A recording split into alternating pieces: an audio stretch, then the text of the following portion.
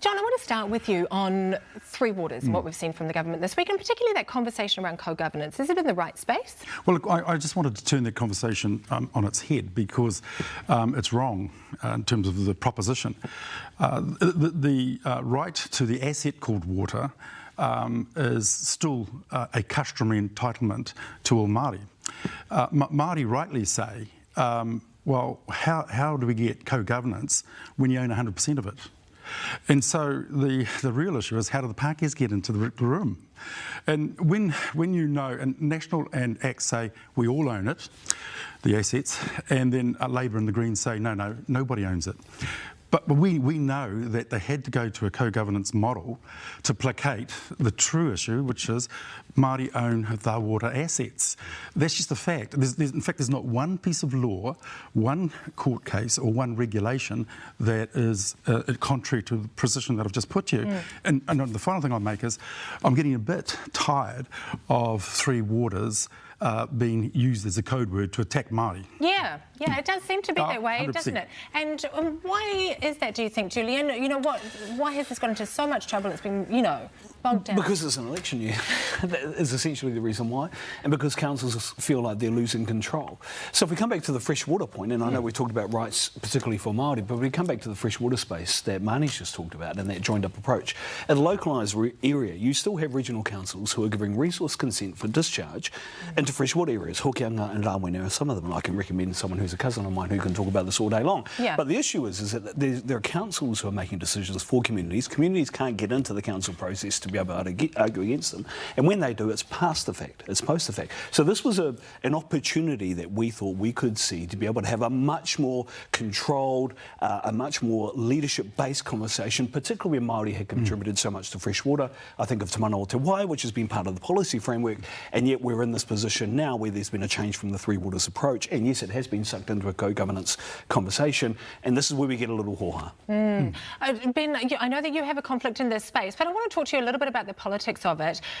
This is, do you think that what JT and Julian are talking about is sort of political mismanagement? That there's been a real vacuum around these issues by the government from the get-go, and right from the start. This has been one of the most missing in action communication strategies I've ever seen from any government about a policy that is controversial. Now, you could forgive Nanaia Mahuta and the Beehive in the first instance for thinking, well, no one's going to care that much about pipes.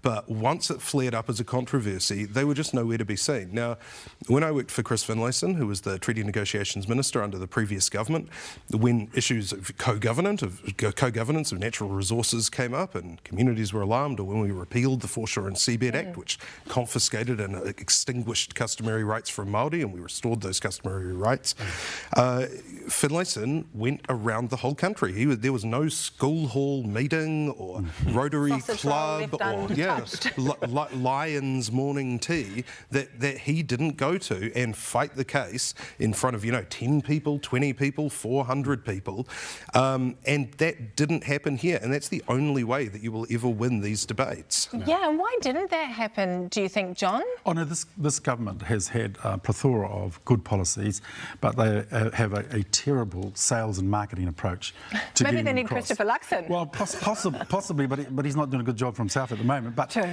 but we'll work on that. And the final thing I'll say is that it would have taken a lot of heat out of this because Kiwis, by and large, once they understand the proposition that if we're talking water and water rights, this is a huge economic asset. And if you look back at our fish settlement in 1992, it took 152 years since the signing of the treaty for us to actually, justice delayed is justice denied, but at least we got it in 1992.